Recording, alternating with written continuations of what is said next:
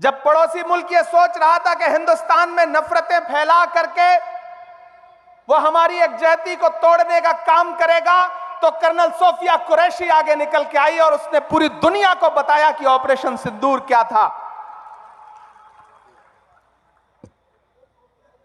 जब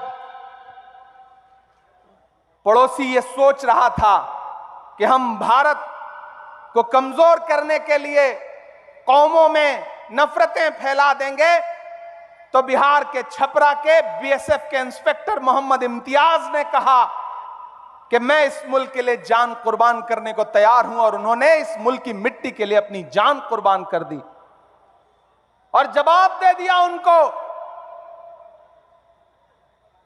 जिन्होंने कहा था कि पंचर बनाते हैं लोग। याद है वो जुमला? कहा था ना कि पंचर बनाते हैं लोग। लेकिन इस कौम ने बता दिया, इस समाज ने बता दिया कि नहीं साहब, हम सिर्फ पंचर नहीं बनाते हैं। मैंने तो एक शेर कहा उस दौरान की, ये किसने कह दिया तुमसे कि बस पंचर बनाते हैं? ये किसने कह दिया तुमसे कि बस पंचर बनाते हैं? वतन पे हंस के जो कट जाएं ऐसे सर बनाते हैं।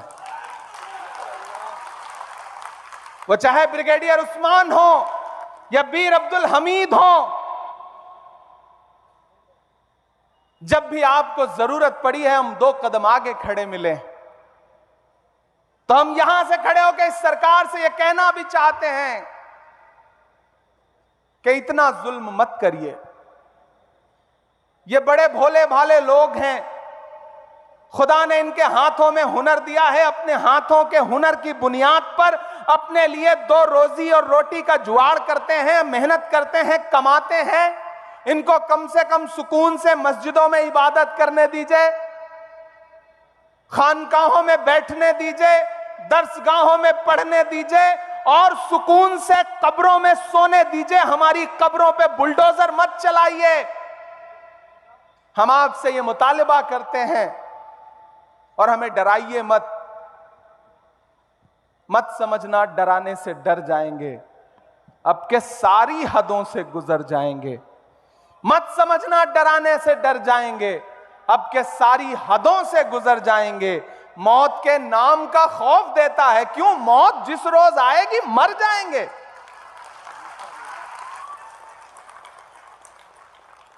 हमने जमजम दिया, आबे गंगा दिया, तुमने भारत को दंगा ही दंगा दिया। तुमने एक रंग के ख्वाब देखे मगर हमने हिंदुस्तान को तिरंगा दिया। ये तिरंगा बदन पर लपेटे हुए एक दिन इस जमीन में उतर जाएंगे। मत समझना डराने से डर जाएंगे। हुकूमतों को यह बात समझ लेनी चाहिए और वो समझ भी रहे हैं। यह जमीन तब भी निगल लेने पे आमादा थी, पांव जब टूटती शाखों से उतारे हमने। यह जमीन तब भी निगल लेने पे आमादा थी, पांव जब टूटती शाखों से उतारे हमने। उन मकानों को खबर है न मकीनों को खबर, उन दिनों की जो खलाओं में गुजारे हमने। हाथ ढलते गए सांचे में तो थकते कैसे, नक्श के बाद नए नक्श निखारे हमने। कि ये दीवार बुलंद और बुलंद और बुलंद, बामोदर और जरा और संवारे हमने। आंधियां तोड़ लिया करती थीं शम्मों की लवें, जड़ दिए इसलिए बिजली के सितारे हमने। आज की रात बहुत गर्म हवा चलती है, आज की रात ना फुटपाथ पे नींद आएगी। सब उठें, तुम भी उठो, तुम भी उठो, तुम भी उठो, कोई खिड़की इसी दीवार में खुल जाएगी। आपने जो अपना जहन पढ़ाई की तरफ लगा दिया है, आप आईएएस बन रहे हैं, आईपीएस बन रहे हैं, इंजीनियर बन रहे हैं, वकील बन रहे हैं, डॉक्टर बन रहे हैं, तो एक सिस्टम है जो चाहता है कि आपका जहन उससे हटे और आप अपना सारा जहन इधर लगा दें ताकि आप उस सिस्टम का हिस्सा ना बन सकें। मुझे आज भी याद है हमारे पंजाब का हमारा एक साथी है, मेंबर ऑफ पार्लियामेंट है, राजा वड़िंग, उसका भाषण सुनना, सरदार है वो, उसने कितनी असरदार बात कही है। मुझे फख्र है इस मुल्क की गंगा जमुनी तहजीब पर, भले ही उसको पामाल करने की कितनी साजिशें की जाएं। हम ही को कातिल कहेगी दुनिया, हमारा ही कत्लेआम होगा। हम ही को कातिल कहेगी दुनिया, हमारा ही कत्लेआम होगा। हम ही कुएं खोदते फिरेंगे, हम ही पे पानी हराम होगा। ये जो साजिशें हैं, इन्हें समझने की जरूरत है और डरने की जरूरत नहीं है, और आप डरने वाले लोग भी नहीं हैं। मैं तो अलल ऐलान देश की पार्लियामेंट में खड़ा होकर के आपके हवाले से बोल के आया हूं और पूरे मुल्क में जाके ये कह रहा हूं कि नहीं, ऐसा नहीं होगा, कभी ऐसा नहीं होगा, कभी ईमान का कुरान का सौदा नहीं होगा। नहीं, ऐसा नहीं होगा, कभी ऐसा नहीं होगा, कभी ईमान का कुरान का सौदा नहीं होगा। हमें तुम कत्ल कर दो, शौक से मंजूर है, लेकिन शरीयत के किसी मुद्दे पे समझौता नहीं होगा,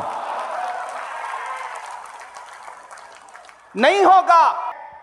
कि हुकूमतों ने आपको परेशान करने के लिए, आपको पामाल करने के लिए अपने तरीके बदल दिए हैं, अपने हथियार बदल दिए हैं, तो आपको भी लड़ाई के तरीके बदलने पड़ेंगे।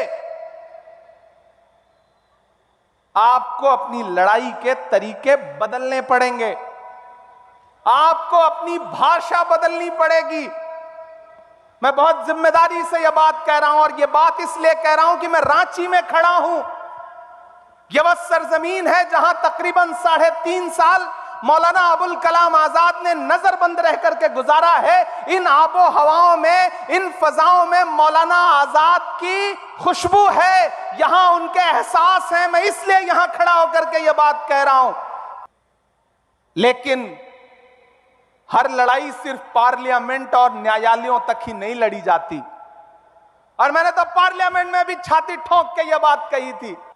तो अब आप खामोश होकर बैठ जाएंगे? नहीं, देश का आईन आपको ताकत देता है, आपको इजाजत देता है, और आपसे कहता है कि अगर कोई कानून अवाम के खिलाफ है तो उस पर बात होनी चाहिए, एहतजाज होना चाहिए।